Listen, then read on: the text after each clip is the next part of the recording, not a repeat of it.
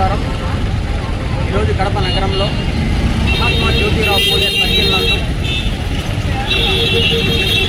మహనీయులు నిమ్న వర్గాల ఆశాజ్యోతి, అడుగు బలహీన వర్గాల ఆశాజ్యోతి అయినటువంటి మహాత్మా జ్యోతిరావు పూలే గారి వర్ధంతిని బీసీ నాయకులు కానీ, రాజకీయ నాయకులు కానీ, యువత కానీ, విద్యార్థులు కానీ ప్రతి ఒక్కరూ ఇంత ఘనంగా నిర్వహిస్తున్నారు అంటే ఆయన గొప్పతనం. బడుగు బలహీన వర్గాల వారికి విద్యను అందించడంలో కానీ,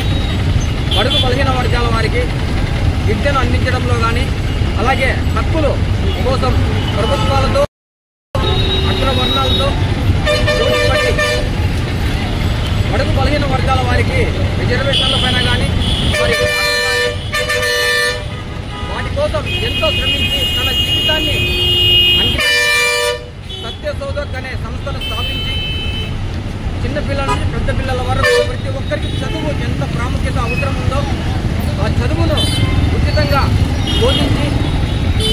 మన బానిసత్వానికి చమరగీతం పాడిన మహనీయుడు మహాత్మా జ్యోతిరావు పూలే గారికి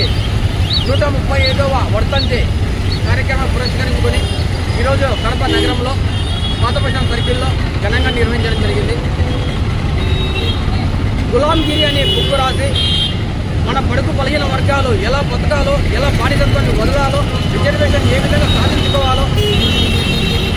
అగ్రవర్ణాలతో పోటీపడి మన బడుగు బలహీన వర్గాలు అభివృద్ధి చెందేందుకు కృషి చేయాలని ఈ సందర్భంగా తెలియజేస్తూ ఆంధ్రప్రదేశ్ బీసీ సంక్షేమ సంఘ రాష్ట్ర అధ్యక్షుడు గూడెం రెడ్డిబాబు